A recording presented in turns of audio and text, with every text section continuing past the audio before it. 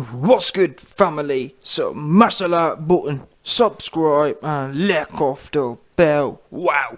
Teddy Atlas has aired out all of the man fans who have been screaming robbery for Jack Huggerall. Yeah? Jack Clincherall. Jack Catterall. All the Jack Catterall man fans, all the Jack Huggerall man fans who have been screaming robbery. Like I said, Teddy Atlas got his wick out and have quickly dipped it in you, man. 100%. Oh, YB, I'm going to subscribe because, you have a different opinion to mine, and we must always have the same opinion. I can't take it when someone has a different opinion to mine. You scary, zesty man fan sound analysis. Check this out anyway. Teddy Atlas said, Jack Huggerall fought early to take the title and fought late to just hold it. Less defense, more offense may have been needed by the underdog. He goes on, you can't hold something you haven't yet gotten. Didn't have it yet. Yeah.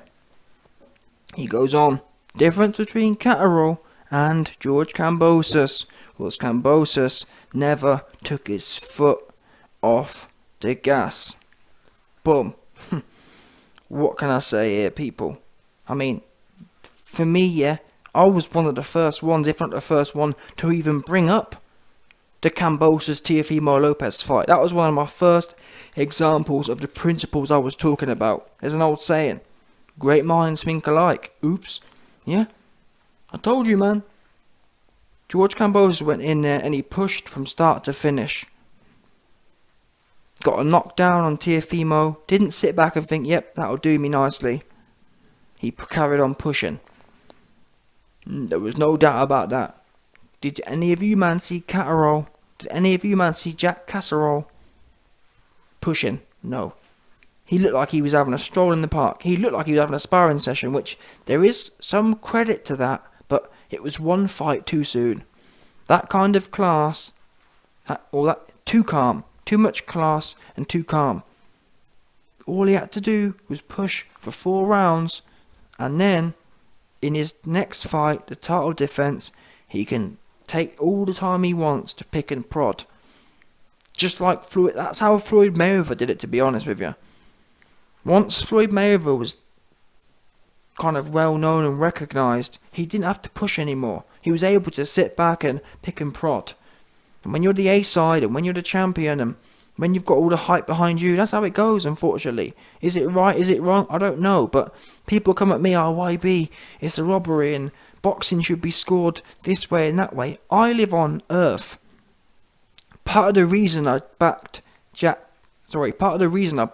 Taylor wasn't because I believed, part of the reason I backed Josh Taylor was because I knew boxing doesn't happen in a vacuum. Boxing happens on Earth with humans. That's why I took into account, well, are they really going to give it against Josh Taylor in Scotland? Are they really going to give it against Josh Taylor when he's coming forward all night pushing the fight? All these factors play into it on planet Earth. It's not my fault. Yeah, we know this. We know that's not how things go. And on that basis, there's one of two ways you can do things. You can do things, or fighters can fight like they're living on another planet. Yeah? Jack Catterall possibly fought like he was living in some sort of idealistic world where everything goes by the book and it's this, that, the other. Even though, to be honest, Jack Catterall himself has actually been the beneficiary of some skeptical decisions. Oops. What goes around comes around.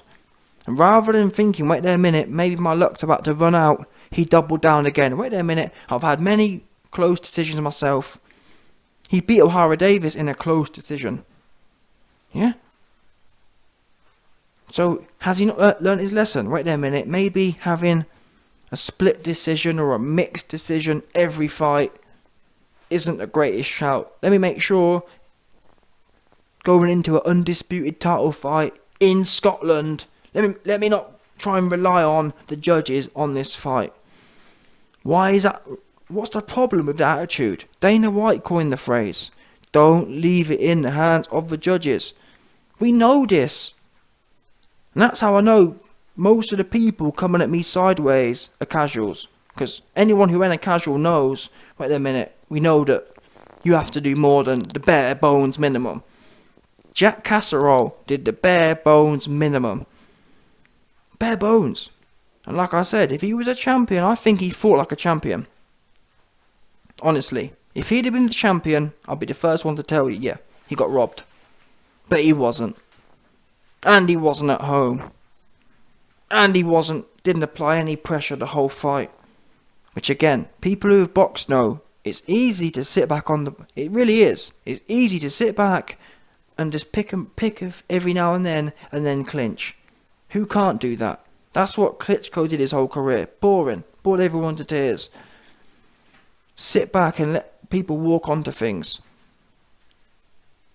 But when you got someone running forward and hungry for it, it shows you up. Especially when they're the champion as well. Again, Klitschko made it work because he was the champion.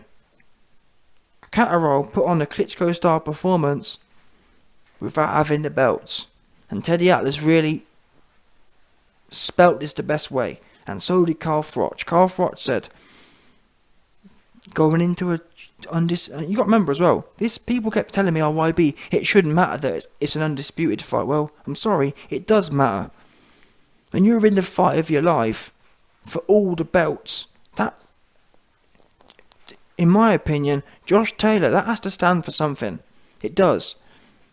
Josh Taylor hasn't just nicked one belt and then, Josh Taylor isn't Billy Joe Saunders who just got a belt from some random bum. Josh Taylor's been through it. And that, for me, builds clout. It builds benefit of the doubt, is the best way of putting it. Josh Taylor's proven himself. Earned it. So you have to go over and above to take that from him. Even more so than a champion like, for example, Billy Joe Saunders, who just nicked a vacant belt. Do you understand? The system has to work like that, I believe. Otherwise, if undisputed champions who have genuinely fought the best in their division can't get the benefit of the doubt sometimes, who can? Do you know what I'm saying? I don't think vacant title challengers, or I don't think vacant title champions and bona fide undisputed champions should be treated the same on a bad night. And I'm happy for the system not to work like that. I really am, genuinely. Because guess what? The cards were close. And if Catterall had put his foot down, it would have made the difference. That's what we know. Yeah? We know that. And if anything, I actually think Catterall could have stopped Josh Taylor. And the thing about me is I'm consistent. When Josh Taylor went in there with Ramirez and he took off the last 4 rounds after scoring 2 knockdowns, I said, you know what?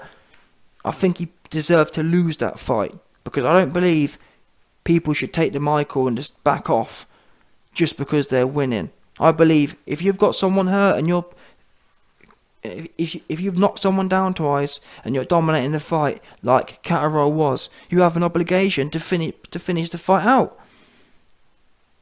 So when people don't do that, what do you expect? You expect a favour. You got to remember as well, the judges are people. The judges are humans. And guess what? If Catterall had gone in there and pieced Josh Taylor up more and dropped him more times, they would have felt obliged. You know what? This kid has put him down 3 times. We can't not give it to him. Oops. So yeah, I believe responsibility has to be everywhere. Do I think Josh Taylor got robbed? Jack Catterall got robbed? No, I don't. I think it was a bit of a bad decision, but I wouldn't cry over it. It doesn't need to be an inquest into it. The only inquest really, I think, needs to happen with Jack Catterall. He needs to sit down and realise that you don't just... things aren't given for free. Or you don't get things on... or you don't always. Sometimes you do. Jack Catterall himself has got a few good decisions go in his favour. So sometimes you do get lucky, but equally it works both ways. Other times you don't. So let that be a lesson to you. Don't leave it in the hands of the judges. And what will hurt Jack Catterall the most is the fact that he knows he had more to give. And that's on him. That's on him. Since when has it become acceptable to go into a fight and do the bare bones minimum? Why is that acceptable? I don't get that. It's a new age way of doing things. Oh, well, if I can go in there and just nick undisputed belts, that's what I'll do. Why couldn't he have taken a bit more risk and put the hammer down? Given that he was landing all the clean shots and whatever else, he was getting all the better of the exchanges. Why couldn't he? Why did he have to clinch all the time? These are the questions, people, and no one wants to ask them. Everyone just wants to say, he got robbed, he got robbed. What happened to personal responsibility?